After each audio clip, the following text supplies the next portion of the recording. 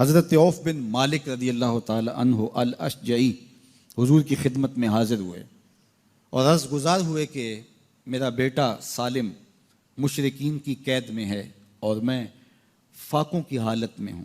تو فرمایا آل محمد کے پاس ایک سیر جو ہیں، بس اس کے علاوہ ہمارے پاس بھی کھانے کے لیے دنیاوی اسباب نہیں ہیں. کہا صبر کرو اور اللہ سے ڈرو اور لا حول ولا قوت الا باللہ کثرت کے ساتھ پڑھو. یہ ایسا وظیفہ ہے، ایک حدیث پاک میں آتا ہے کہ یہ 99 بیماریوں کا علاج ہے. اس میں سب سے کم درجے کی بیماری ہم اور غم ہے. یہ دکھوں کا مداوع ہے، مشکلات کا علاج ہے، اور یہ وظیفہ میرے حضور نے بتایا. حضرت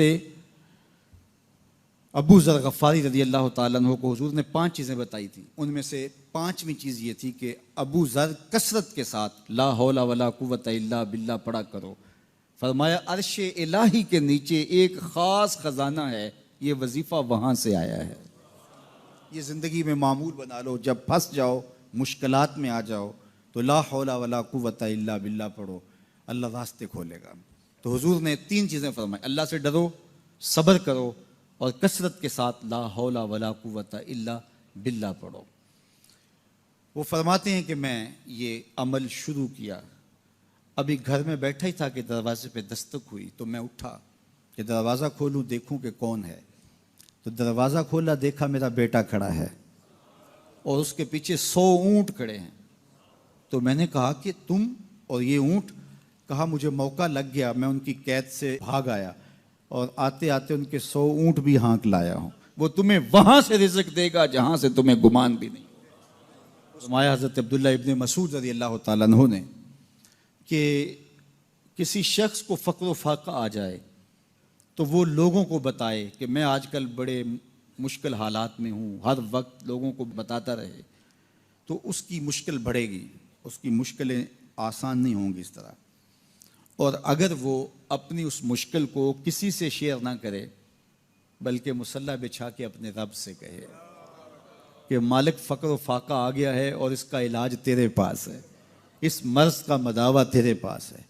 تو حضرت عبداللہ ابن مسعود فرماتے ہیں کہ رسول کریم نے فرمایا جلد یا بدیر اللہ اس کو مالا مال فرما دے گا. یہ بھی کبھی کر کے دیکھو. فرمایا اللہ پر بھروسہ کرنے کا جو حق ہے اگر وہ تم ادا کر دو، وہ تمہیں ایسے رزق عطا کرے جیسے پرندوں کو عطا کرتا. ہم تو دکان پہ جانا ہوتا ہے، فیکٹری میں جانا ہوتا ہے، ہم اپنے کاروبار پہ جانا ہوتا ہے، نوکری پہ جانا ہوتا ہے، مزدوری پہ جانا ہوتا ہے، ہمیں پتہ ہے کہاں آج صبح جانا ہے. لیکن پرندوں کو کوئی پتہ نہیں ہوتا کہاں جانا ہے، راس المال بھی نہیں ہوتا، لیکن صبح نکلتے ہیں، شام کو کبھی بھی خالی پیٹ نہیں آئے. بن توکل پنچھی اڑ دے، خرچ نہ پلے زیرا ہو.